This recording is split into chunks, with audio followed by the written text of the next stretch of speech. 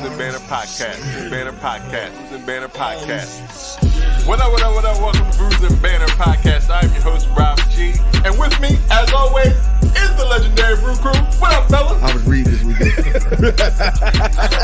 Mama. Nah, it doesn't taste like dirt. My name is Lou Belgians, ladies and gentlemen. I'm wondering, does Delaware have an actual culture? This is the podcast that we talk about beer, but we also talk about a lot of things that's happening in the world, politics, movies, anything really that comes to our mind while we're here sampling these brews. Grab a drink and pull up a chair. Ooh, we love you, Brews and Banter Podcast.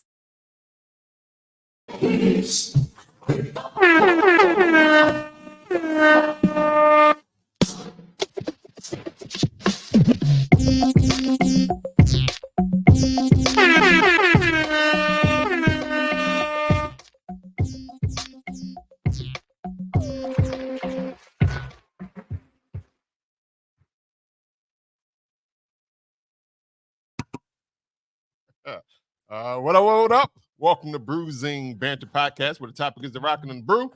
Well, that be the fuel. I'm your host, Rob G, and with me, as always, Legendary Brew Crew. What's going on, Lou? Hello, I'm here. Can you hear me? Yes, we can. Well, hello out there. Hi, guys.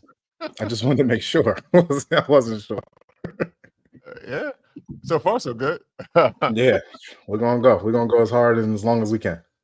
This is episode 225 of Brewing Banter Podcast. And if this is your first time joining us, welcome. You're in for a good show. And if or get a listen or a watch or however you consume your podcast. Mm-hmm. And if you're a returning listener, hey, I love welcome you. back, love man. We definitely we cherish the time we spent together for sure. Absolutely. We do have a good time, but speaking of we cherish it, we are actually coming up on our 5-year. Well, we actually technically hit our 5-year anniversary, but Yep, we're having a celebration for it. Yes, it is going down November 11th, which would be a few days after this actually drops on the math. I wasn't mathing right.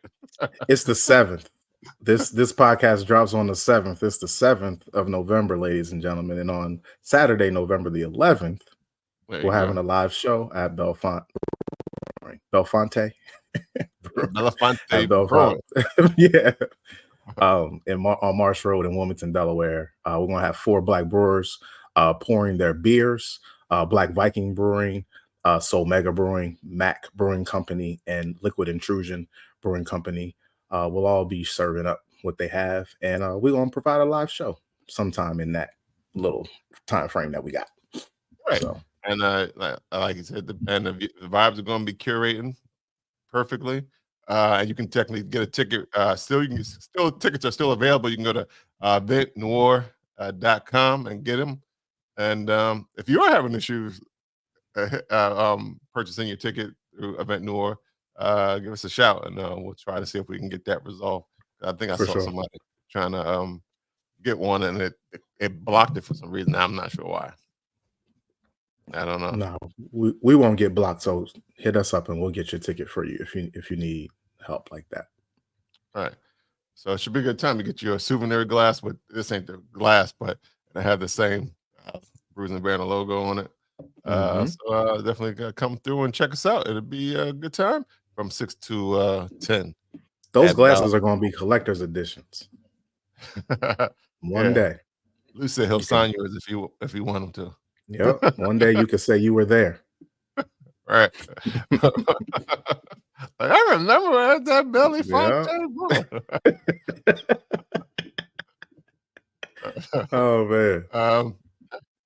Without further ado, we do have like I did. So we do have a good show for you, and we have a wonderful guest. So we want to bring her in. She is the driving force behind Work For Your Beer and Cirque du Biere. I think that's correct. Yes, it's so easy. And no, when I see French, I'm out.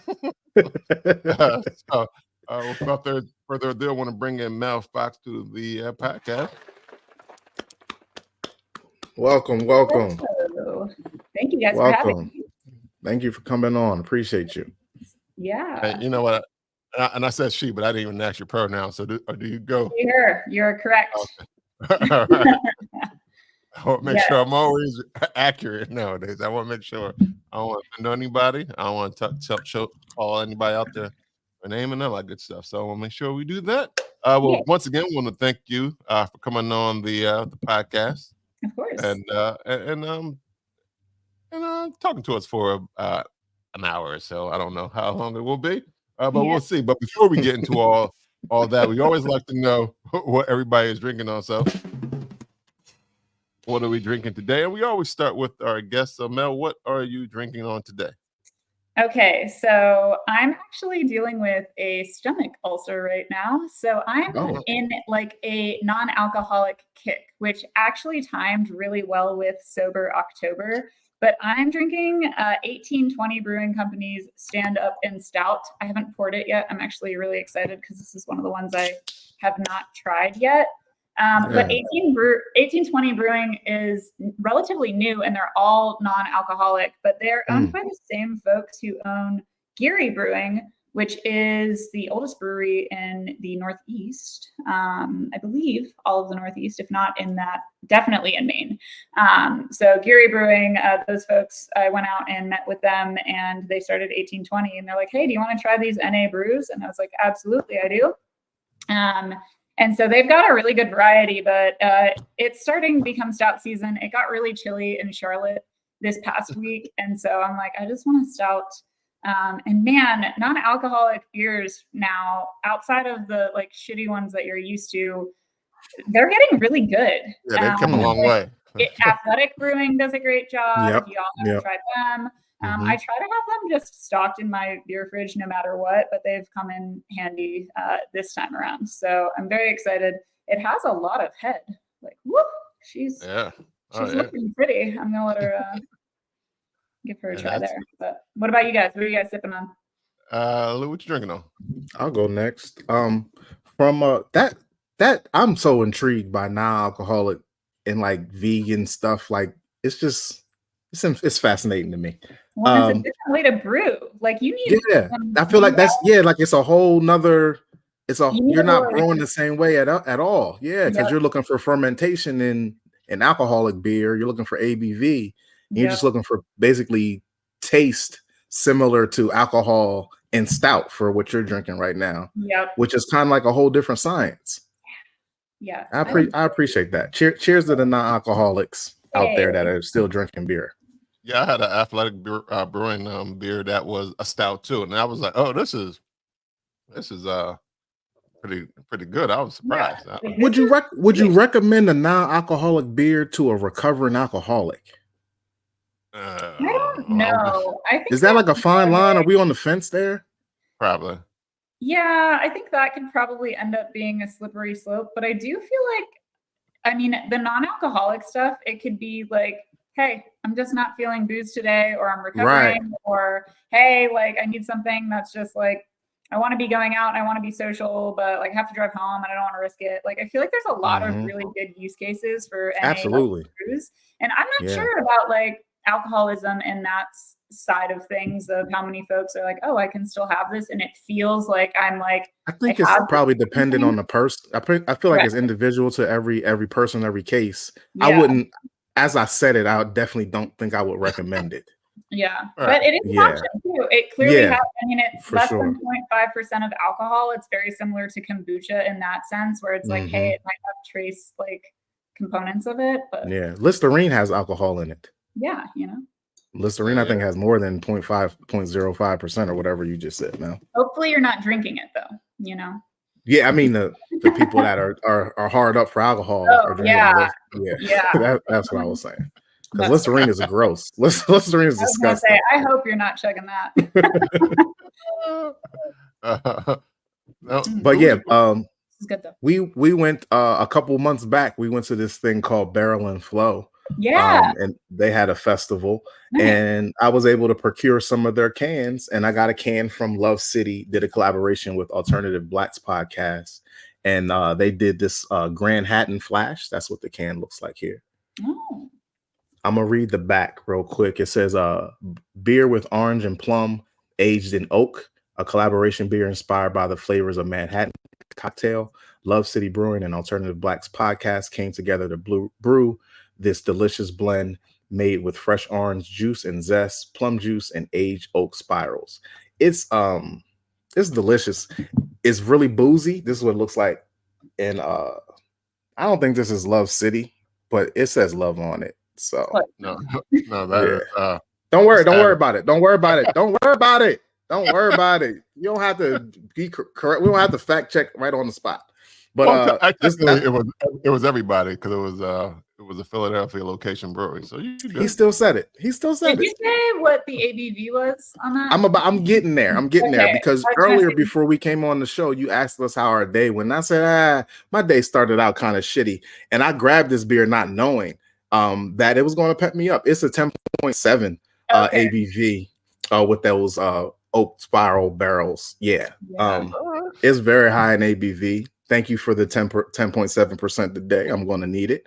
But yeah, this was really good. It was a good collaboration by them. I remember tasting it there. I don't remember it being this boozy.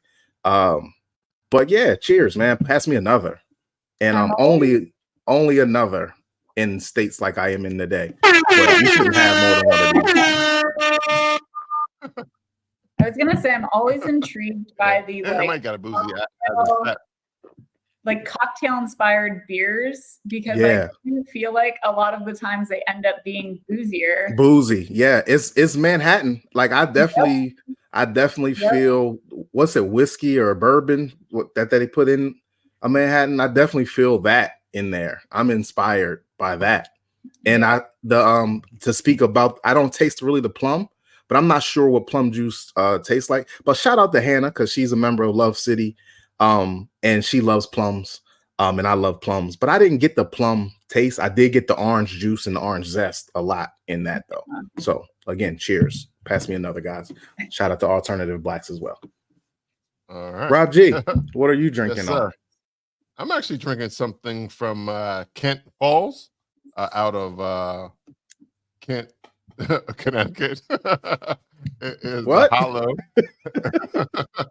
Yeah, it's called Kent Falls, and it's called the Hollows. It's a Pilsner. I like that can. Yeah, 5% ABV. It's not too heavy. It's a nice Pilsner, made with Northwest grown Endeavor barley malt. There it is in the glass. There you go. So it's a nice crisp Pilsner. Something easy drinking, crushable. Have a couple of them. I had a little bit of it when I went to Changing the Air last Saturday. Yeah. So I was like, hey, let me have some more. So here it is. And yeah, definitely a good brew. And it was so I'm definitely gonna say pass me another. Rob. You did say pass me another, and you always say Pilsners. And Mel, I want to see if you agree with this. Pilsners are a great introduction to the brewery. If you taste their Pilsner and it's good, their brewery is pretty much, you could taste their sour, you could dry a stout there or what have you. Is that holding up to the is that holding up to it with that particular beer that you're drinking, Rob?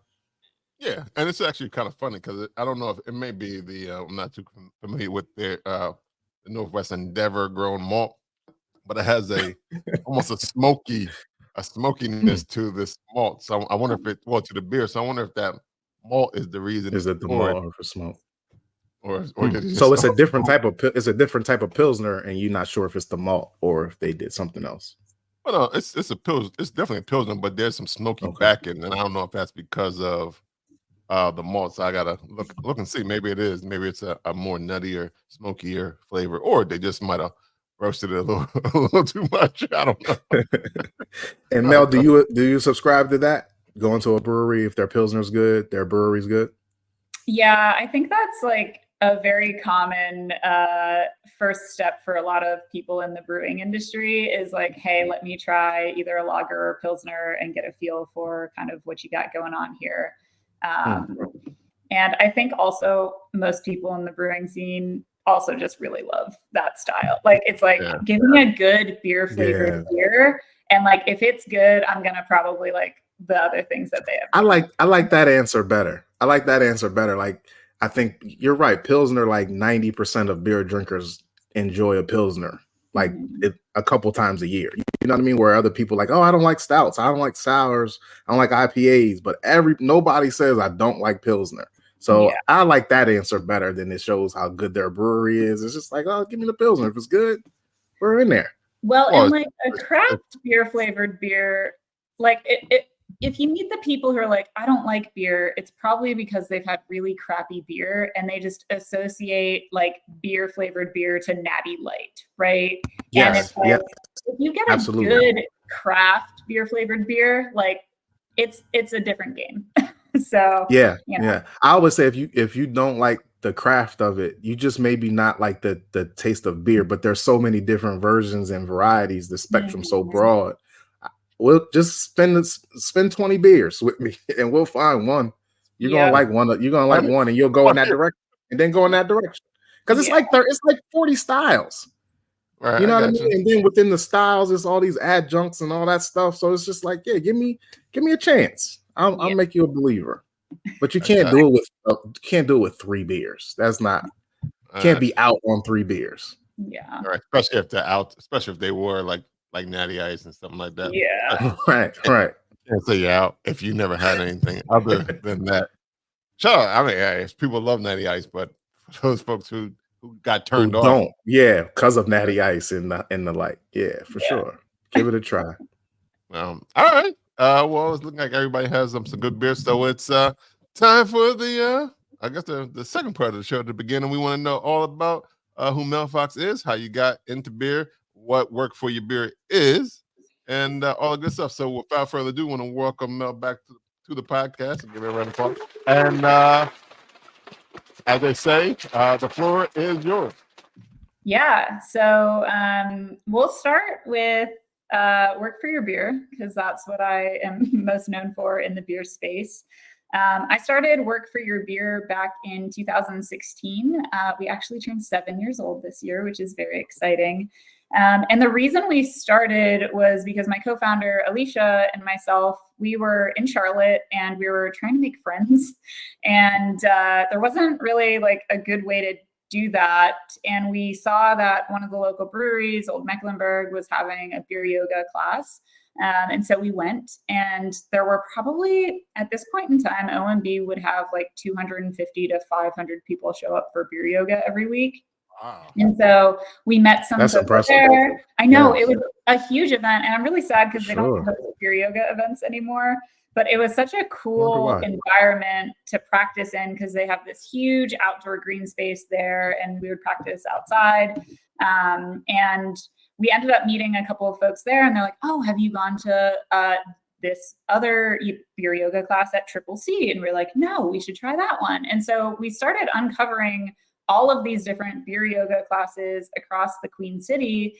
And as we did that, we had like kind of like a janky spreadsheet where we were just like documenting like, okay, beer yoga at OMB at 6 p.m. on Thursdays, $5 comes with a beer.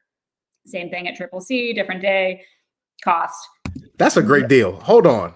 Yoga and a beer for $5? Yes. That's a great deal. I'm gonna buy another beer. Another beer.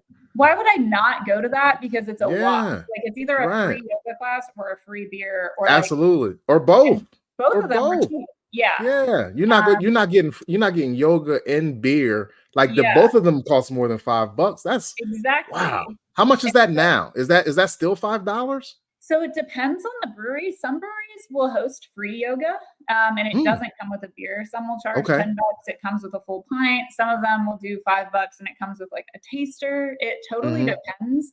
That's literally why we like started Work for Your Beer. Because there were so many of those things happening. And we were like, first of all, this is like a very frugal way to like get a workout in, try a new beer, and like meet friends. Meet some and people. So our slogan ended up being like work out, drink beer, meet friends, because that's like how we started.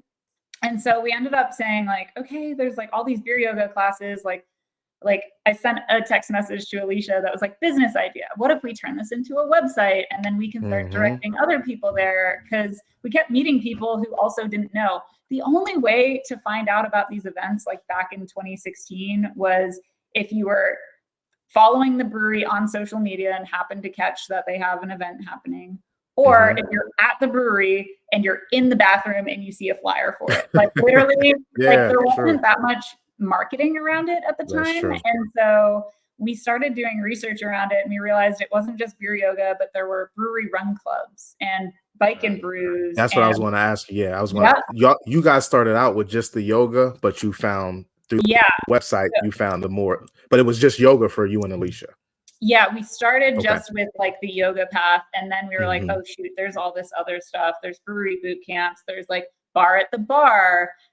We ended up basically creating this online directory on workforyourbeer.com that was like every brewery workout class in Charlotte. And if you have like any social anxiety, like Alicia and I did, like we tried to put every single piece of detail that you would need to be successful in going to one of these classes. Like, what is the parking situation like? Do they have air conditioning? Is it dog friendly? Is it cash only, or do they accept card? Like, we tried to give every single like piece of, and we physically went to all you don't even have classes. to call the brewery. You just go on the site. You know exactly what you're doing. Yeah. And we went to all those classes. So like we showed up to when we first started, we were at a different place every single day of the week. I'm a photographer, so I was taking photos. I was getting shots of everything. Like, so the website was like a very comprehensive guide to like where you could go and like all the details you needed for it. And it blew up in Charlotte, which was really fun. And so at one point we had like 15 brand ambassadors. We had salespeople working for us who were working with our partnerships. Like we had a pretty like comprehensive, like kind of organization going. And Alicia and I both have full-time jobs. So like I still have a full-time job. I don't just do Work for Your Beer. And COVID hit and all of the events. Yeah, of course they did. And so we were like, all right, we have to pivot. And Alicia had just taken Work for Your Beer full time at that point.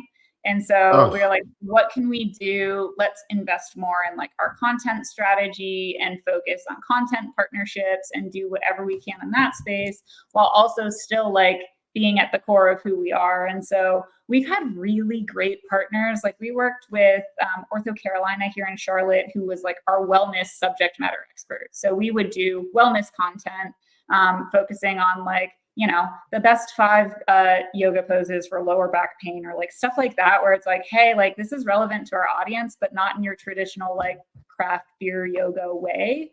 And then we have a ton of brewery partners as well. And so we shifted more into beer content, wellness content. And then once travel started opening up again, we kind of morphed into this like beer travel like site as well. And so we've evolved quite a bit since our inception of like who Work for Your Beer is, but the whole time we've always been having this focus on like balance, right? Like your health is important, but like we also love craft beer. And so it's okay to have your beer and drink it too, is kind of like our little motto there. Like you're allowed to like indulge in something, but like care about your health. We're never going to be like, you can't drink a beer if you didn't work out. That is not our vibe at all.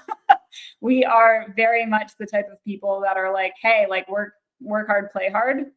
And so our whole mantra has always been around like seeking what balance works for you. And like, even right now when I'm like not drinking booze, it's like, I'm living my brand because I'm prioritizing my health. And this is the balance that I need right now. And it's like, I can find other options and alternatives that are still in this space. And like, I'll go to a brewery and I like hanging out at breweries. Like that's like my comfort zone. And so like, I'll go to a brewery and I'll be like, what NA options do they have for me? Like some will have like non-alcoholic mocktails. Some will have just regular like in-house non-alcoholic seltzers. Everyone has kombucha. So you can always get kombucha. And so it's kind of fun, like uncovering like what other options they have too when you're not drinking. So it's like I'm still supporting the brewery, just like in a different way right now.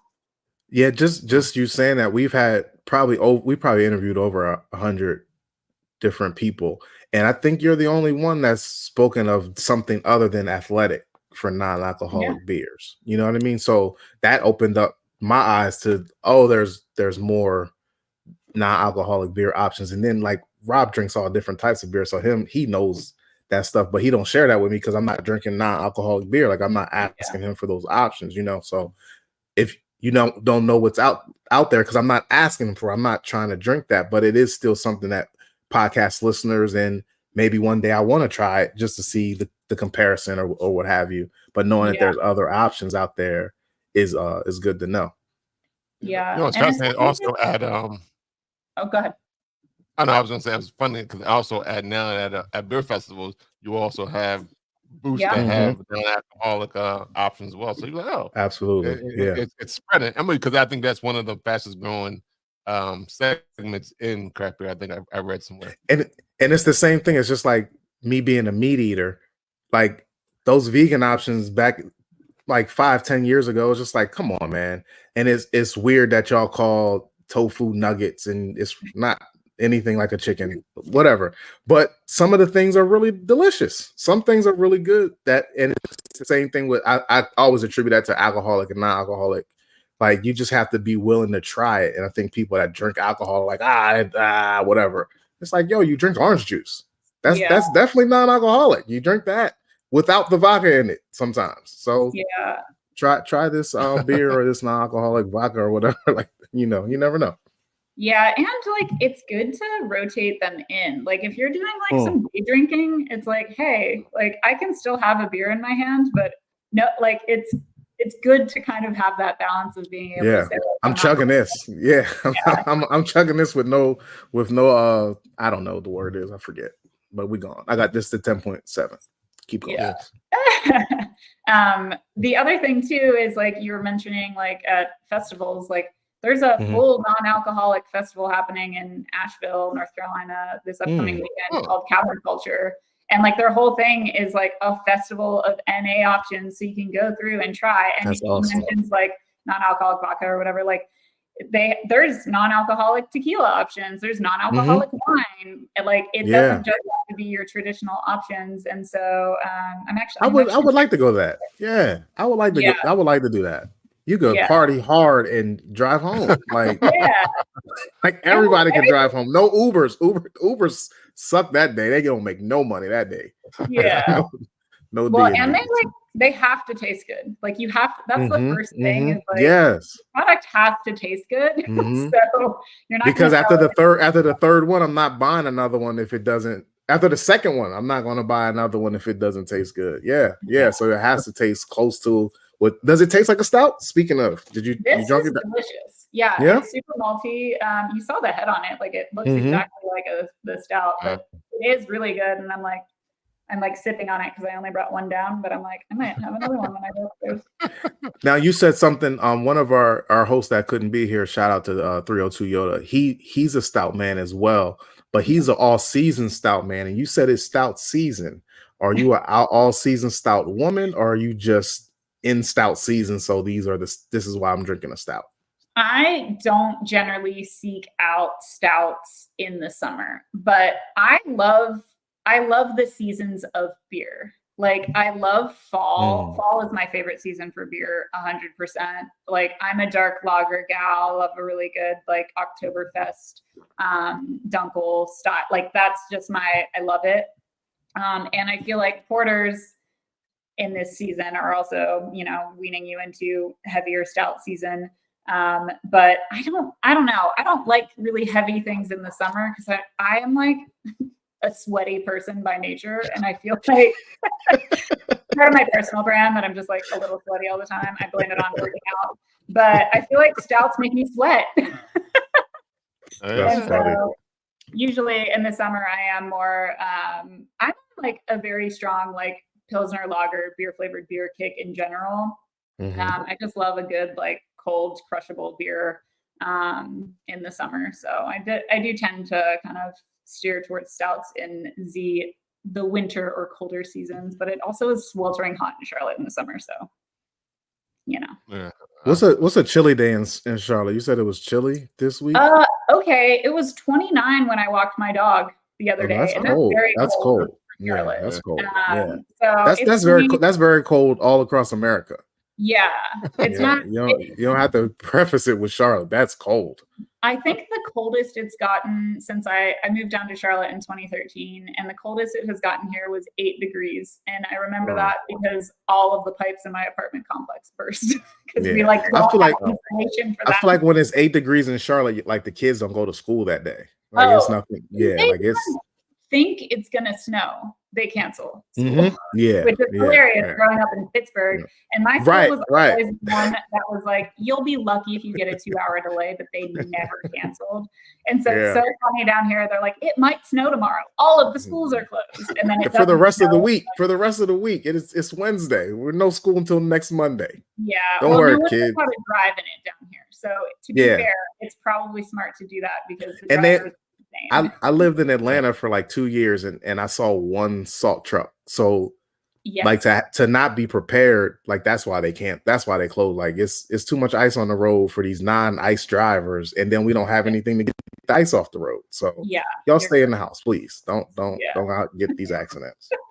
As long as you have to keep you company, you'll be in good. There you go. Non-alcoholic or alcoholic, it doesn't even matter. Now you talked about that I guess the brand kind of like pivoted to add travel, workout travel, and stuff like that. So where exactly is that space taken? Like in terms of like, this is a good place to hike at and have a beer at this brewery, or like how does that work? Yeah. So that's just how I travel. Like when I travel, I like to go on a hike in the morning, and then I'll like come find a local coffee shop, and then I'll go find local breweries. And I always like pre-plan my breweries.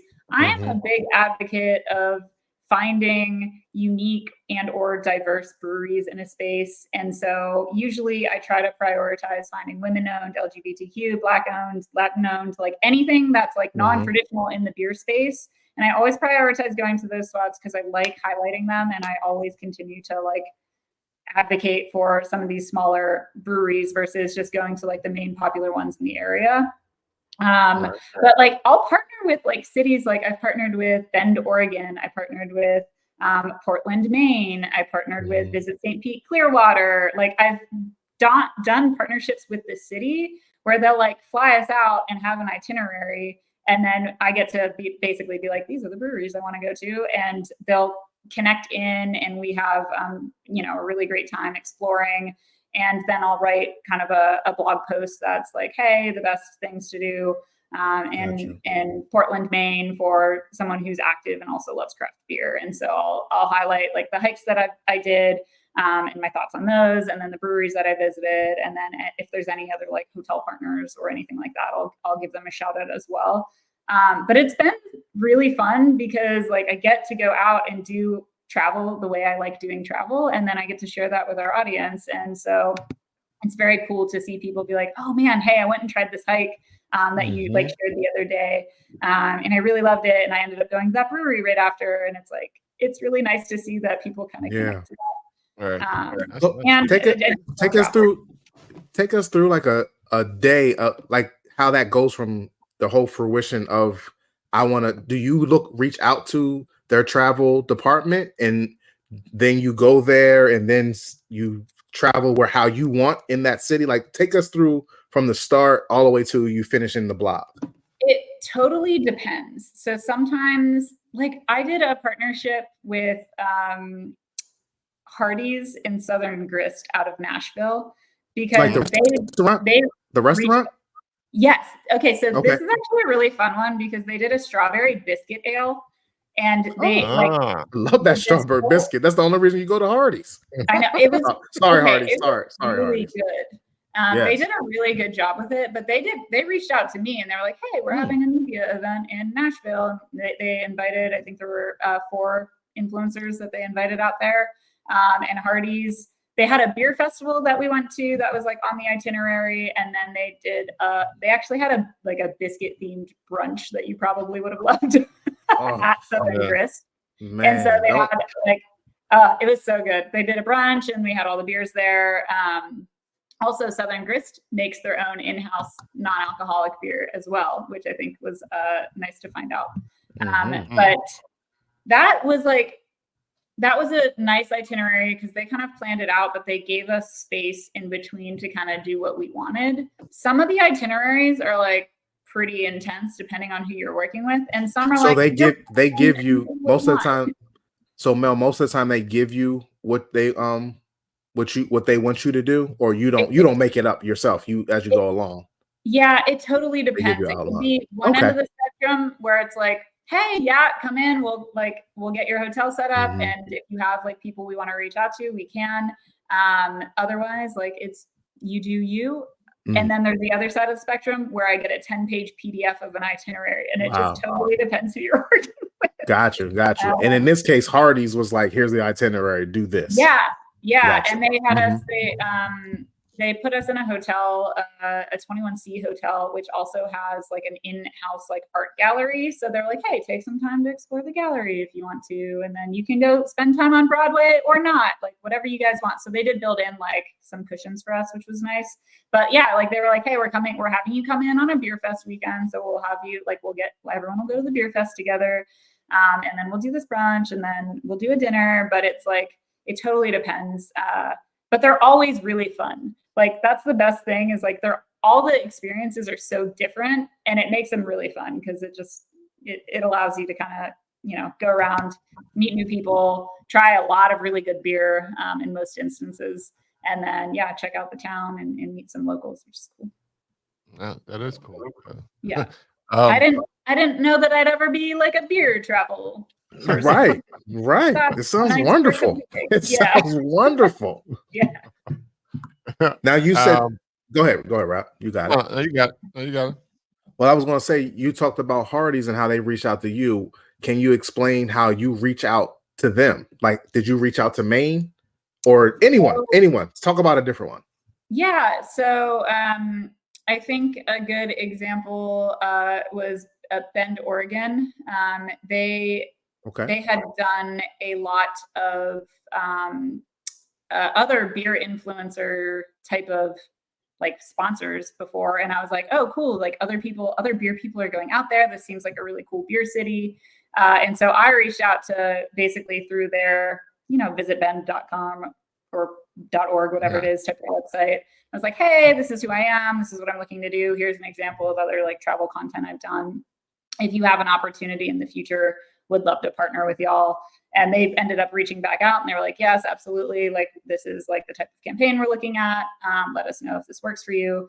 And I don't know if you know Melissa, she's the girl with beer on Instagram.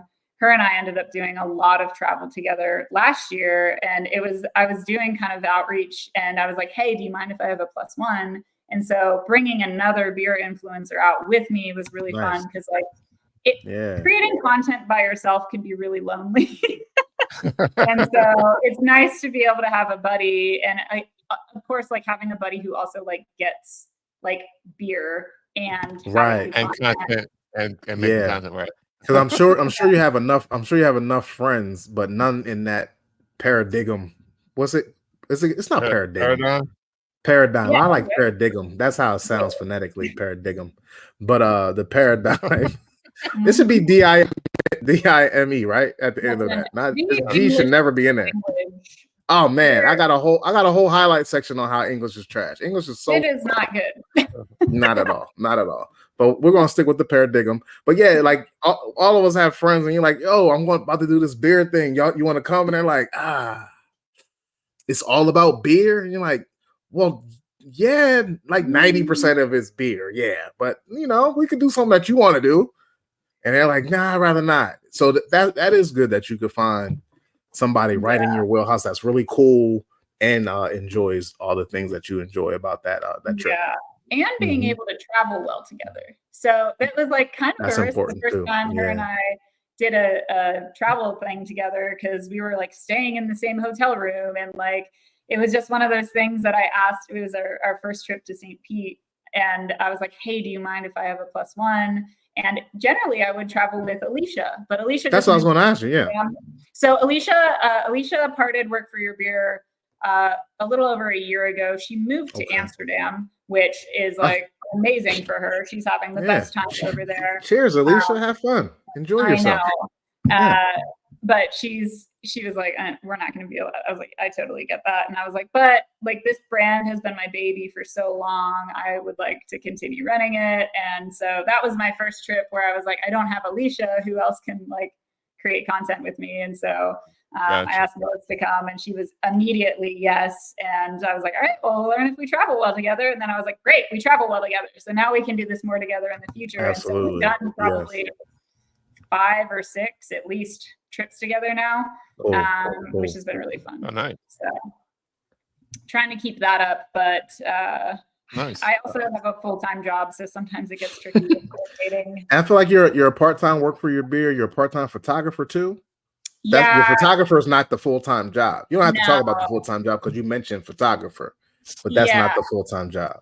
No, so photography has always been something that I've been into. It came in handy with Work for Your Beer. Absolutely, I believe that. Like, we were doing all of our own marketing and branding and all of that stuff. So it was really nice to be like, cool, we have high quality imagery and like everything is standardized. I shoot in a very specific way. Like I really love natural light. And so everything kind of fell in with that, with like being able to have that type of skill set with, you know, creating your own business like this. But that's not even the second job. I don't really, well, I guess technically if you count content partnerships, like photography is a part of that.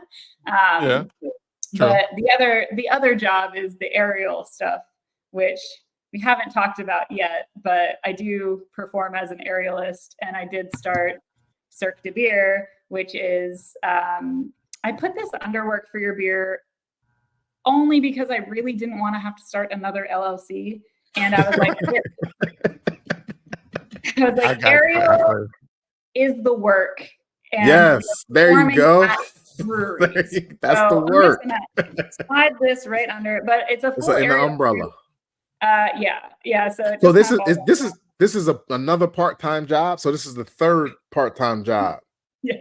Yes. Okay. All right. Yeah, I see that.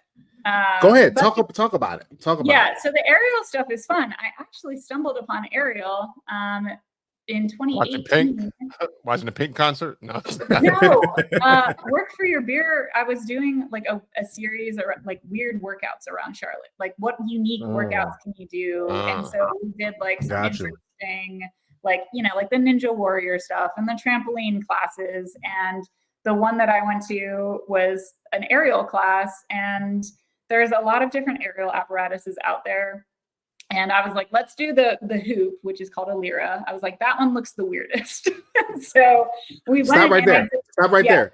Yeah. You keep saying aerial, and I don't want anyone to be confused with Little Mermaid or flying or anything like that. Could you explain what aerial is? Yes. So aerial arts stem from like circus arts. And so a lot of folks, when you think of aerial, you think of like the big silks that come down from the ceiling that you see at Cirque du Soleil. So Cirque du Biere is pretty much I was like Cirque du Soleil, Cirque du Biere. Yeah. But there are a lot of different, like trapeze is a part of aerial arts, whether it's flying trapeze or a static trapeze. You have lyra, which is the hoop that hangs from the air. You have sling, which is a silk, but it's basically like tied at the bottom, so it's like a shorter silk essentially, and then all these other things that come in between. And so I have no background in like gymnastics or dance or anything that would be helpful to aerial. And so I went to a class, and I was like, oh my god, this was a really fun workout. And at the time I was going to brewery fitness classes at night, but my like morning workout routine was going to Orange Theory, which if you don't know what that is, it's literally running on a treadmill, rowing on an erg machine, and then lifting weights, which like is a really good workout, but it was so boring to me. I was about to say, yeah, that can get old really fast. Yeah. And I went anywhere to from 3 months to a year from that. You're like, They need to find something new. Yeah, and I was doing it. I was doing it at like 5 a.m. 5 days a week for 6 months, and then I did one aerial class, and I was like, I'm gonna quit Orange Theory. Like, I literally was like, I'm gonna start doing this instead because it's a really good workout and it's fun. And the thing that I learned about aerial was like it's very physically demanding. Like, it's a lot of upper body strength, a lot of core strength, and a lot of flexibility. But also, it's really creatively stimulating because you're like going in and trying to find pathways and trying to stitch things together. And so it was like a really fun balance for my brain versus just like, oh, do 20 reps, you know? And like, there's a time and a place for those types of workouts, but I learned you make reps sound terrible compared to what you're doing now. Yeah. So that's how I got into aerial. And again, I wrote a blog post on it, and it's on Work for Your Beer. It's so funny because I look back at it on like how like look how cool I am doing this one like really basic move, and you can see me like shaking like and it's fun to look back on that because I've grown a lot since then. And how long ago was that? That was in 2018. Okay. And I did my first performance in 2019 just as like a student showcase type of thing at the studio I was at. And then I have never felt more supported in my entire life than like after that first performance. Like, I grew up playing soccer. Like, I was like a team sport girly, you know, but like, even though it was a team sport, like you still had like people like gunning for your position, you know, like, oh, well, if Mel fucks up, I can go in and I can like have her. Like, it still was like competitive, like internally competitive. Yes. And it wasn't like that. I was like, every single person in this room was like genuinely rooting for me, like out of like the goodness of their hearts. And I was like, I haven't felt that before. And I was like, I like this. Like, I like this community and this culture, and like, I'm going to keep doing it. And so that brings us to the beginning of this year. Highwire Brewing had moved into Charlotte last summer. And I was like, listen, y'all, hear me out. You're a circus themed brewery. I am a circus beer. It's perfect. It's perfect. It's perfect. So, you gotta let me do this. Yeah, I was. But like, that was the first time that you thought about it. That's the first time that you thought about collabing with the brewery. So I had done like little, like I would bring I have a portable rig that you can put up, and I did like a pop-up at Divine Barrel because they did like a circus themed event, and I had done 1 or 2 of those. I did it at Devil's Logic Brewing in Charlotte as well because they had a grand opening, or it wasn't even a grand opening. Actually, it was, because it was like they didn't do a grand opening during COVID, so they're like, we're just gonna do it a year later, and popped up my rig and performed there too. But it was kind of just like. It was just me. And so when I talked to Highwire, I was like, we can put on shows and they can be really good. And so we've sold out almost every single one of our shows. Our last show was Friday the 13th. It was a spooky themed show. We had 350 people come out. It's a ticketed event. And I have, I think, 18 aerialists that are in my troupe. So we'll usually have like 12 perform, and then like 4 will play like stage and check in and all that jazz, depending on like the event itself. But it's been so fun, and it's been something that Charlotte hasn't really had, which is like accessible access to like this type of art. And it's like, it's in a brewery, it's approachable. Like, it costs $20. One of my friends, I want to like quote this on our website somewhere. She was like, this like is the most entertainment I can get for $20, like anywhere in this city. Yeah. And so Charlotte's like a thumbnail for North Carolina, though, isn't it? Like, it's like a conservative state, and then you're in Charlotte. Yeah, Charlotte. So, you know what I mean? So so to bring it, so when you said it's kind of like it was something new, it's kind of funny. Like, yeah, it was new. Like, everything in Charlotte is brand new. Yeah, you're not wrong. And a lot of aerial stuff that happens in this, like in the city, is very confined to like, it's other aerialists watching other aerialists. Like, it's like everyone's in their little pocket. Nobody's which branching is out. great because Nobody's everyone supports each other, but also Mhm. like more intimidating because like when you're watching other aerialists, like as an aerialist performing, I'm like, they're gonna know if I don't like point my toe a certain way. But when you perform for audiences who have never seen an aerial show before, everyone is so excited. Like literally everything, everyone's like, oh my God. And it's like true. so cool because like they don't And really you expand know and you expand the genre. You expand the genre too. Like you said, you're performing for other aerialists. They're not going to tell they're going to just tell other aerialists how good or bad you were. But another person's like, I never tried that before. I'm going to talk to her and find out where her classes are, or you know what I mean? Like, I'm sure you get that more times than you would at the ones where you perform at the actual aerialist shows.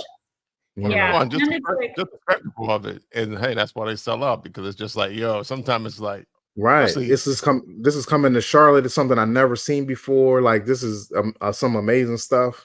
I can't do it, and I can't do it. Yep. All right. Yeah. And so the other thing too is like I try to make the shows like, first of all, every show has a non-profit partner. So Highwire will donate a portion of their beer proceeds, and I donate a portion of our ticket proceeds. So like, nice. Love it. Like, let's help the community in more way than just providing art. Like, let's give back cheers to to that.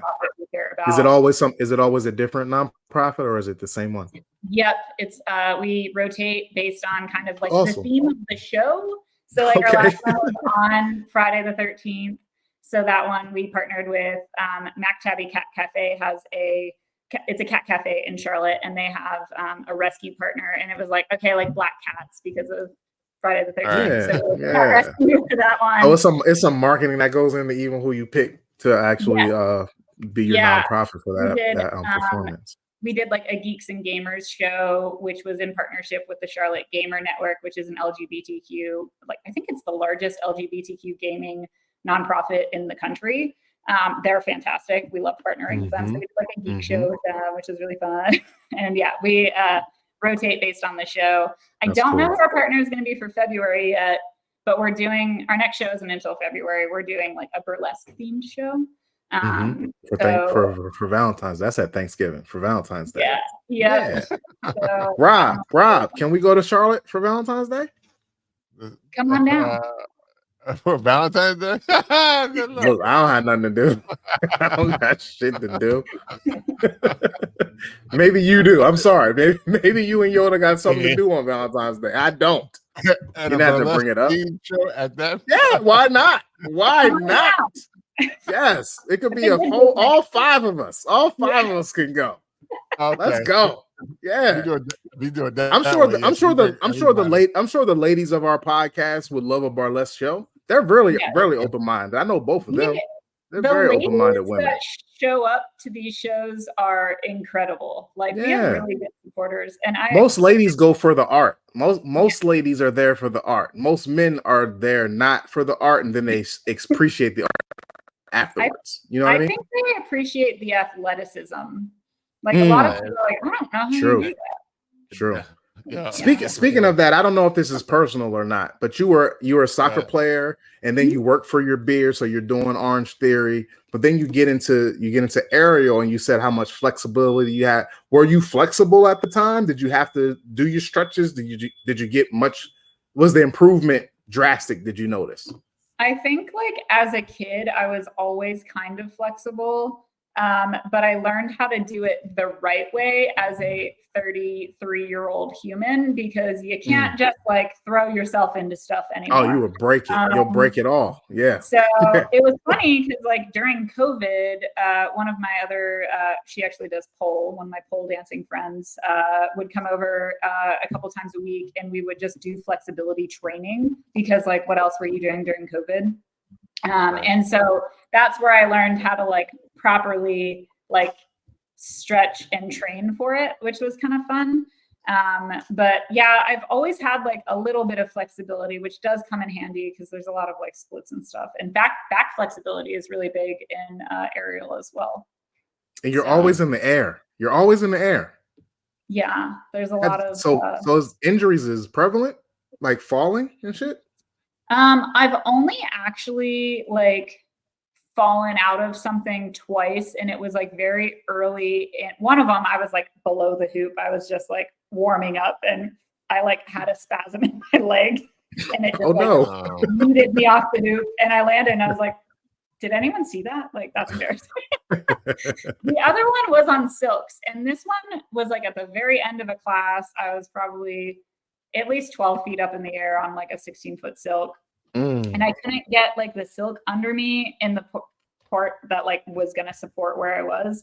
And I wasn't trained properly enough to know like what to do in that scenario. And I was like dead hanging with one arm. And so I just let go. And I dropped, nice. We have crash mats under us. Like it's safe from a training perspective. And I landed like a cat, but everyone in my class was like, and I was like, I'm fine. I just missed the thing. It's good. And I was like, oh my God, this is such an ego hit more than anything. But then I was like, I don't like silks that much. for like a day. Yeah, I do more of fabric stuff now, but for a while I was like, I'm gonna finish out this like unit that we were in, but I was like, I'm gonna take a break from that. More of a when I go to the circus and I see the silks, the ladies roll up themselves in the silks and then they let it spin. I'm like, yo, that's nuts. That is crazy. That's what you're doing? You're doing that? I'm not doing. I do like more of the drops on fabric. The roll up and roll down stuff. That stuff is very difficult, and there's a lot of people in my gym that do that. But it's more of like full silks, and I'm more of a sling gal these days. So I do a lot of the crazy drops, which are really fun, and also like very intimidating. Like I'll literally sit up in the air, and I know I'm like 15 or 16 feet in the air, and I'm like, all right. I have to bring all of my body weight backwards and hope that I land the right way. And I'll literally just sit up there and you can see me the first time I ever throw a drop. I'm like visibly shaking. And then I'll throw it and I'll be like, oh, that was fine. And then I'll go up and I'll do it again. And it takes like a little bit of rep for it. But like there are some aerialists who don't have fear. Like there's not that part of their brain. That's crazy. I have a lot of fear. Yeah. So like I have anxiety when I step the first time, but after I understand like what happens, like, oh, when I land or this is where I go, like once I process it, I'm like, I'm good. But it does take my brain. Like I'm not one of those people that's like, I'm just going to yeet and see what happens. I'm like, nope. Speaking as a man, I'm very impressed by being 16 feet in the air and figuring out how to get your body weight. You're right. The athleticism of it all is absolutely impressive. It really is. It really is. But it's fun. And then you can perform at breweries when you get really good. And that's great. Yeah. Listen, look, you got a standing show. That's awesome. That's really good. We do productions every other month there. And then I also partner with Monday Night Brewing, who also just moved into Charlotte. And here's the thing. If there is a brewery that moves into town, I'm like, cool, I'm going to go try their beer. I'm also looking at their ceilings because I want to know if they have high ceilings and if I can break into it. And Monday night's space in Charlotte is so beautiful. They've got like tons of chandeliers up there, but more than anything, they have like 4-foot thick beams. And I was like, it's perfect. And so they had us out for their grand opening. And now we perform there every other month, but it's not like a production. Like I'm not picking a theme and doing all the ticketed stuff. It's just like they'll have a DJ or they'll have a band and then we perform next to them, which is really nice. That's just so it's more free. That's more of a freestyle type of day. Yeah. Well, and my like production itself is like the first act is choreographed. So every aerialist picks a song and does full choreograph to it. And then over intermission, everyone gets to like request songs, and then we go into the back and we pick the songs based on their requests, and then we improv the second half of the show. So like the crowd gets to request the songs. Cool. Yeah. So I really like. So it's a whole night. It's a whole night. Yeah, and it challenges us as like aerialists, but also there's like crowd participation, and people can like get excited when their song starts to play, and so it's like right. I'm coming. I'm coming down there. I know, it's so fun. I'm coming down there. Yeah, I know some Charlotte people. I want to come down there. Yeah, I want to come down there. I don't need you. I don't need you, Rob. I don't need that. I don't need Valentine's Day. I'm coming. Charlotte has a great beer scene. We haven't really talked about that at all outside of like there being a ton of beer fitness stuff, but we've got like 85 breweries in the like greater Charlotte area, if you're counting like the lake and then like a little bit into the northern part of South Carolina. We have a ton of breweries. I live in Noda, which is like kind of an arts and design district here, and I can walk to 7 breweries just from here. What does NoDo stand for? I wanted to ask you that. Noda is North Davidson, and they just kind of drilled it down Okay. for the neighborhood itself. But there's 7 breweries in walking distance. Yes, yeah, Shit. which is great. And then that's not That even is like awesome. South That's End. really good. South End is like a very like younger part of Charlotte, but they the number of breweries in there too. You can walk to a ton in that space as well. There's really good like neighborhood pockets, and we are just a big brewery city. Like there's honestly tons and tons, and I can give you guys recommendations later. If you do and how far are you from Asheville and Raleigh? 2 hours. Is Raleigh a big spot for breweries?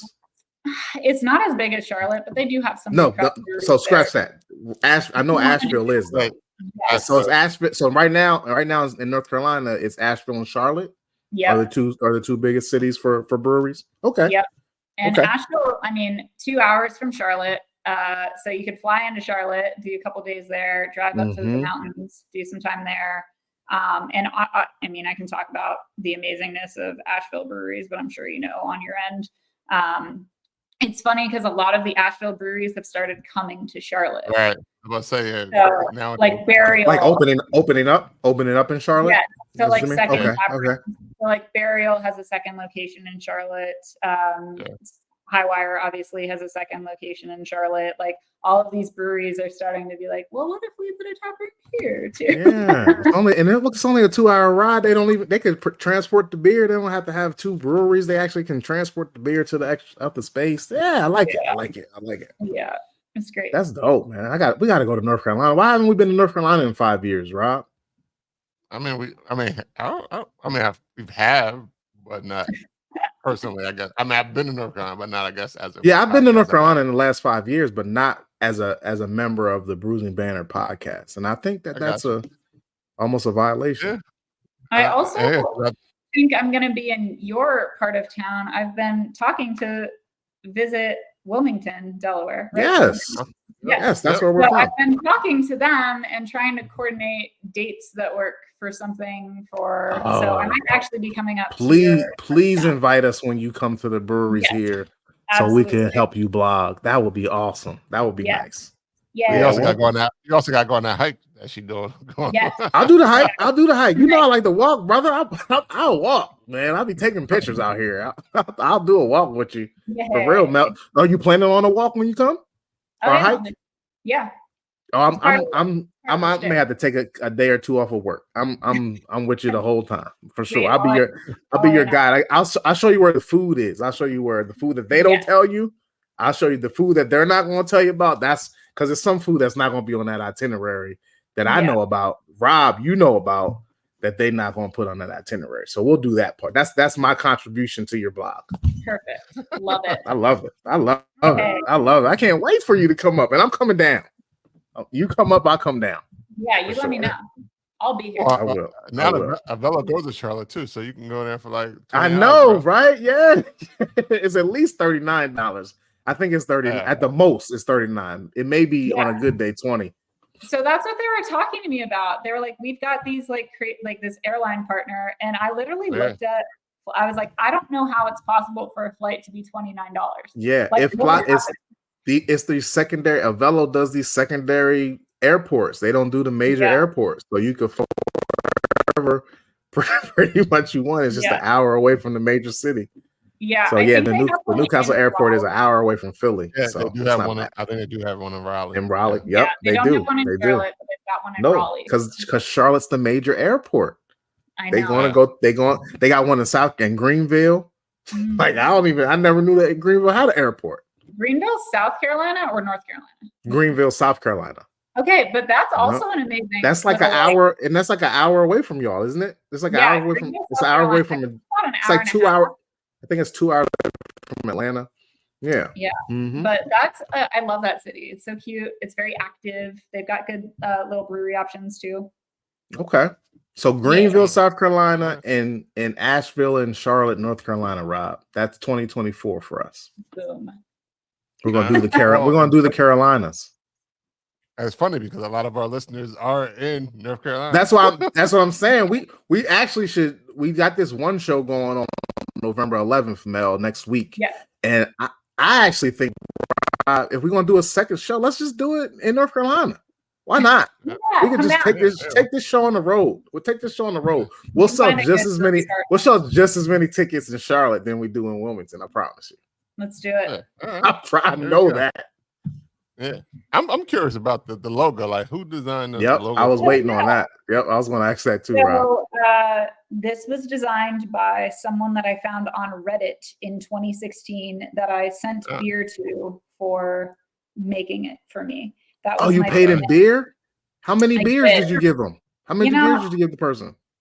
It was not that many. It was probably like 2 4-packs of local Charlotte stuff, but he was so cool. And I just posted in like a random Reddit, whatever Reddit thread, like a designer thread. And I was like, hey, small business, I don't have like much money to throw at this. Is anyone open to creating this? And the dude was like, I just like this concept. I'll make it for you if you just send me some local Charlotte beer. And I was like, done. I don't even remember his name, but bless him because I've used this. It's trademarked. I've used this logo for the last 7 years. Yes. And congratulations on your 7th year. That's awesome. Thank you. Yeah, December 1st is our 7-year. Oh, that's coming up. Yeah, that's next month. Yeah. Sure. Round of applause for that 7 years. Yeah. You guys are doing great work. I have a question. Like the way I found you guys is somebody had reposted in their stories. I can't remember who it was. It was years ago at this point about the black breweries. You had a list of black breweries in every region in the United States, and I thought that was so great. And then you had the LGBTQ communities and all their black breweries and all their breweries on that page. And I thought that was so great. What gave you the inspiration to do that? And you actually mentioned in this show that you're doing Latino breweries as well. What gave you inspo to actually go about that? Well, I think Alicia and I have always been really passionate about like highlighting diverse and lesser known breweries, and like beer can be a little bit of a daunting space for some folks because traditionally it is like white men with beards, like just, and I think as we started learning more about the space and where there was opportunity to like really highlight what's different about spaces, it was around diversity. And so we posted the Black-owned breweries post to help drive folks who are looking for, better places to go to than their traditional spots. And the LGBTQ one, I've been working on the women-owned one. It's been in my drafts for all of this year. But there's so many like woman-owned / co-owned breweries. I need to get it out, but it's been sitting in my drafts. And then, the Latin-owned, same thing. It's like, I just want to keep highlighting these. And it's great because I have to update them regularly. Like there are more and more that are popping up. Yes. And it's really cool to see that and continue to highlight that. But it is really just trying to make beer a more diverse space and more like approachable. And that's kind of what we try to do with Work for Your Beer is like, hey, like this makes fitness more approachable. Like, how do we make beer more approachable as well? And part of that is like, hey, like it shouldn't just be every single like white bearded dude enjoying craft beer. Like beer is for everyone, like truly. And so how do we make sure we're highlighting that? I'd like to say that I really appreciate that post because it brought us together. And also like I had been thinking about that for some time. And when I saw the post, it was like, oh, I don't have to do this because you've already done it. And it was I'm a little lazy. So I was a little grateful. You know what I mean? Yeah. Like, thank you for doing that already. But then the fact that a white lady is highlighting black beers was just, it was really refreshing. So like, I appreciate you for doing that and saving me some time and work. And that's when I reached out to you because I was like, hey, are you going to update this? Is there anything that I can do to help with the update? And you're like, oh, blah, blah, blah. And we started our conversation on how you got on the show. So I just want to thank you for that. Because I don't know if I would have found Work for Your Beer, but I'm not sure if we would have actually had a conversation without you showing how diverse you're trying to be. So I appreciate that. Well, and it's important to practice what we preach too. Like I remember I went to GABF last year, and I went with a large group of female influencers, and I was like, hey, I have a list of breweries that I want to hit at GABF, and it is first of all, I don't think there was one LGBTQ owned brewery at that event. Lady Justice, who is out of Denver, wasn't participating. So I made a personal, I was like, I'm going to physically go to their tap room, even though they're not at GABF, and visit them there. They're part of my GABF. They'll be part of mine for sure. Yeah. And then I think there were only 2 Black owned breweries there, and I hit both of their stands and like talked to folks, put them on our story. I was like, listen, like I want to make sure that people know, like, it's not just like, hey, here's a post and I'm never going to talk about this again. It's like every location that I visit, I do research. I'm like, are they on this list? Like, first of all, like who should I be visiting from this list when I'm in a new location? And then second is just showing up, right? And showing support. And it's interesting because there's just so many breweries out there and everyone has a different story, but it's like, please support the right ones, because there are some crappy brewery owners out there that you really don't want to be supporting. And then there are some really, really amazing ones. And it's like finding those and telling their story is really exciting for me too. Yeah, absolutely. Appreciate that. I'm always curious to know.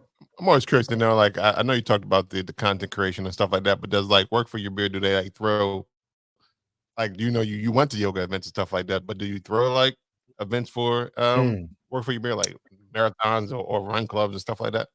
So Cirque du Biere is like one of those events now. My goal with Work for Your Beer is always to any type of event that we throw, have it be associated to a nonprofit. So we'll throw like brewery boot camps, or we'll collaborate with someone to do a beer yoga event or a run club.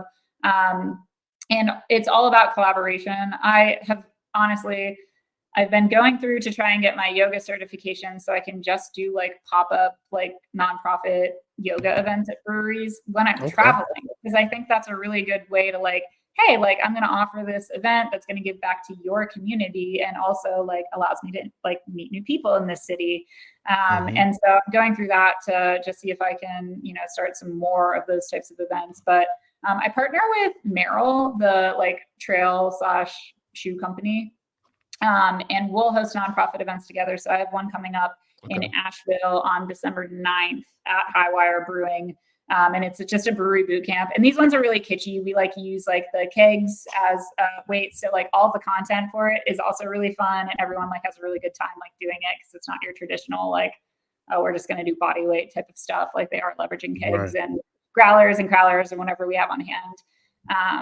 But yeah, we do try and host those. And it's just me right now. So it's like, okay, I'm kind of trying to figure out like when I have time, what weekend works, who I can collaborate with, and continue to work on that. But we're getting there. Okay. All right. Any more questions for Mel, Lou? No, all my questions are off air. Perfect. Oh, okay. We want to thank Mel Fox for coming on the podcast. Thank you so much, Mel. It's been great, man. This is wonderful. Thank you for coming guys for having me. This is wonderful. Appreciate you. Before we go, we always like to know how people can. I know you already alluded to some of it, like, but how people can find all about Work for Your Bill, Cirque. I messed it up. Cirque du Biere. Cirque du Biere, man. Cirque du Biere. Cirque du Biere. Italian, French. The Italian and French say Cirque du Biere. It's Cirque du Soleil, Cirque du Biere. Yeah. Cirque du Biere. There you go. You got it. You got it. How can they find out more information about that? How do you find more about what you're doing and all that good stuff? Yeah, you can follow us on all of the social platforms at Work for Your Beer, or you can just go to workforyourbeer.com. Everything that we're under is Work for Your Beer, not Work for Beer. Some people will be like, oh, the Work for Beer girls. And I'm like, so close, but so far. Work for Your Beer. And yeah, give us a follow. Always love meeting new people. And yeah, really appreciate y'all having me. Right. I do have one more question. Is the Work and Work for Your Beer only aerial now? Is it no more Orange Theory, no more running? Is it just for you personally? Is it just aerial? I do a little bit of everything. Consistently, it's aerial. Mhm. But like I go to brewery fitness events. I'll go do a brewery boot camp Okay. or beer yoga. The only thing I really don't like doing is biking because I don't feel safe doing it. But I do have an adult tricycle that I put my corgi in and will like tricycle around Noda, which is like a very safe place to do that. That's probably the only one that I'm not like actively pursuing. But everything else is fair game. And it's honestly, it's just like what's going to be like a fun event. And if it's active, great. Hiking, obviously. Do a lot of Absolutely. that. Absolutely. Yeah. Absolutely. Oh, Cool. all right. And All right. and my name is Lou Belgium. I'm on the Instagrams. Go on Event Noir 11:11. Show starts at 7. Doors open at 6. Peace. All right. Shout out to 302 Yoda, and you can follow him at IM302 Yoda. You can listen to the podcast, Apple Podcasts, Google Podcasts, anywhere you listen to podcasts. You can even say, Alexa, play Bruising Banter Podcast. You can follow the podcast on Instagram, Facebook, and Twitter at Bruising Banter Podcast. You can follow me, Rob State Bruising. There it is. Bing, bing, bing, at Rob State Bruising. And you can also check us out at www.bruisingbanter.com. Remember to go to, like Lou said, Event Noir. Go for the Bruising Bash happening on November 11th from 6 to 10 p.m. Having 4 Black-owned breweries that you won't get around here anytime soon. Or maybe you will. Who knows? But you definitely will. If y'all look, I'll tell you what. If y'all on come November out, 11th. if y'all come out and make this a beautiful event, I'll make sure that y'all get 2 of them breweries on a regular basis in your local neighborhoods. But if you don't, There you go. fuck you. Yeah. All right. Said it. Until once again, we want to thank Mel Fox for coming on. This has been episode 225. A deuce and a quarter. It's a deuce and a quarter. Podcast. Until next time. Have a good week, everyone. 10.7, baby. That's what that is. That's what it is. What's 10.7? Come on. That's my ABV. Oh, nice.